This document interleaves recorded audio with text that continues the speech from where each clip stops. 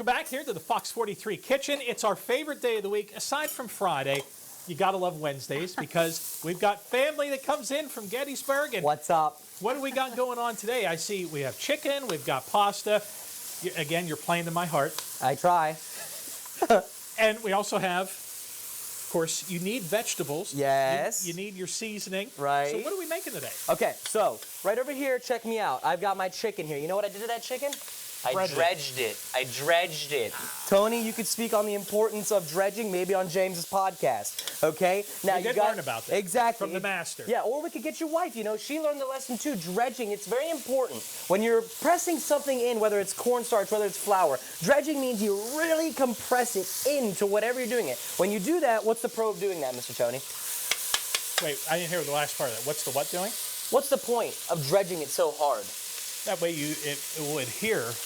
When you cook it, you're not going to lose all your breading. Right. You're not going to lose it all. Off. Now, I use cornstarch, thus meaning that the chicken over there is gluten-free for this dish. Now, I will be using a capellini pasta, which is flour-based, so I'm not going to make my dish today gluten-free, but if you used a rice noodle at your house, you can have a gluten-free dish. Now, while we're talking about the dish, take a look here, okay? I used the same pot, if you watched during the tease, that my chicken was in here that I was searing.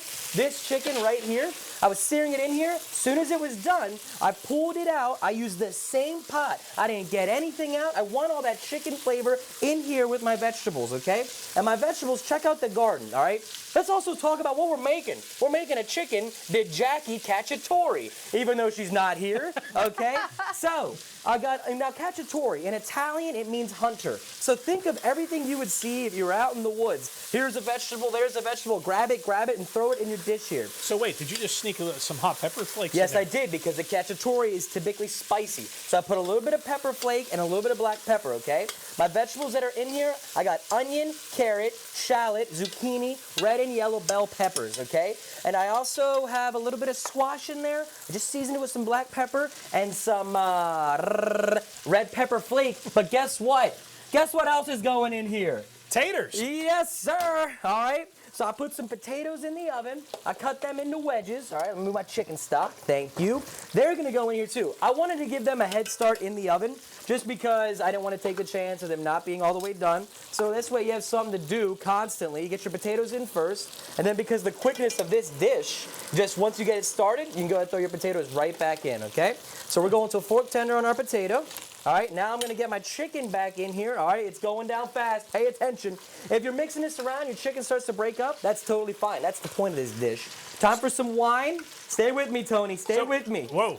Wine's in. Wine? Okay, yes. Wine is a good transition to the rest of the dish because we're almost done. I know. Bite your tongue. Here we go. I got tomatoes in here. Okay, my white wine's cooking out. That's fine. I want some of that white wine flavor. I got my tomatoes going in here. Look at this. I'm going to go one more ladle. Is talking. going at it with white wine. Yes. Miss Adrienne. Oh, I'm just over here making eyeballs. Yes. We've got eyeballs. We've got a lot of eyeballs in the kitchen this morning. What do we got creating here? We are making a zombie grog today because it's almost Halloween, so we got to do something fun, and we have to have a fun garnish. Eyeballs. Perfect. It's that time of year. It is. What? We're 9 days away. Yes. So next week's going to get even better. Yeah, I hope you have your costume ready. I'm going to let this come to a light simmer.